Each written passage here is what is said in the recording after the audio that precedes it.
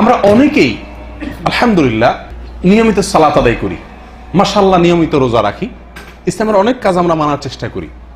মানুষ হিসাবে অনেকেই খুব ভালো, অনেক ভালো ভালো কাজ করেন আলহামদুলিল্লাহ, প্রচুর দান দক্ষিণা করেন, নামাজ রোজা করেন, অর্থাৎ মুসলিম হিসাবে তিনি ইসলামকে পালন করার চেষ্টা করেন, চর্চা করার চেষ্টা করেন।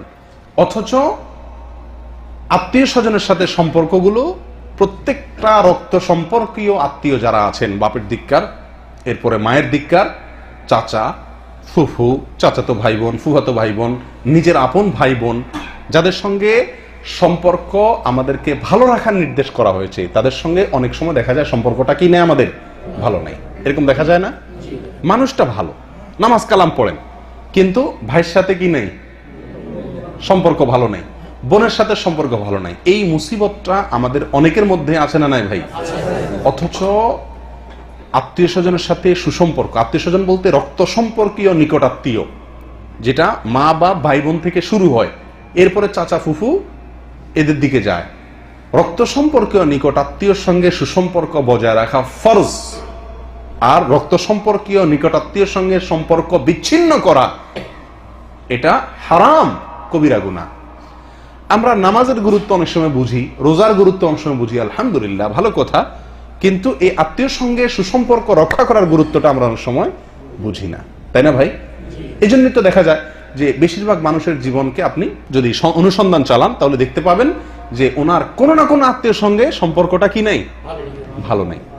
ইল্লা আমার রহিমা রব্বি, কিছু মানুষ আছে আলহামদুলিল্লাহ যে সবার সাথে ভালো আছে। তো এটা খুব জঘন্য একটি বিষয়, অনেক জঘন্য একটি বিষয়। নবী সাল্লাল্লাহু আলাইহি ওয়াসাল্লাম বলেছেন লা ইয়াদখুলুল জান্নাতা কাতিআ, লা ইয়াদখুলুল জান্নাতা কাতিআ, মানে কি? আত্মীয়তার সম্পর্ক যারা ছিন্ন করে, কোন আত্মীয়ের সঙ্গে সম্পর্ক ছিন্ন করেছে, তার সাথে যোগাযোগ বিচ্ছিন্ন, ভালো সম্পর্ক নাই, সম্পর্ক নষ্ট করে ফেলেছে, এই ব্যক্তি জান্নাতে প্রবেশ করবে না।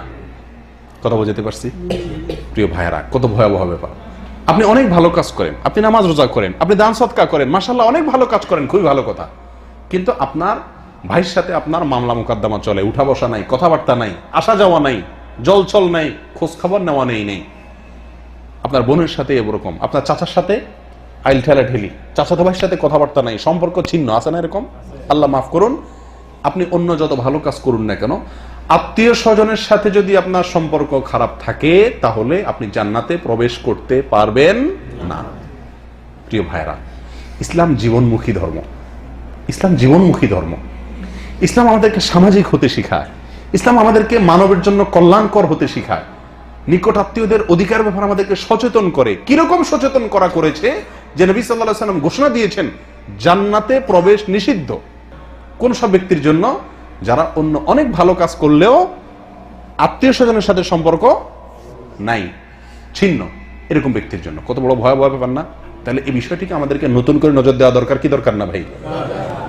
আরেক হাদিসে আসছে মান ওয়াসালা ওয়াসালাহুল্লাহ ওয়া মান কাতাআ কাতাআহুল্লাহ, যে ব্যক্তি আত্মীয়তার সম্পর্ককে জোড়া লাগাবে, আত্মীয়তার সম্পর্ককে রক্ষা করবে, আত্মীয়ের সঙ্গে মিশবে, আল্লাহ সুবহানাহু ওয়া তাআলা তাকে মিশাবেন, তার সাথে আল্লাহ সুবহানাহু ওয়া তাআলা তাকে যুক্ত করবেন, তাকে রক্ষা করবেন। ওয়া মান কাতাআ কাতাআহুল্লাহ, যে ব্যক্তি আত্মীয়তার সম্পর্ককে রক্ষা করবে না, নষ্ট করবে, বিচ্ছিন্ন করবে, আল্লাহ তাআলা তাকেও বিচ্ছিন্ন করবেন, তাকেও আল্লাহ তাআলা রক্ষা করবেন।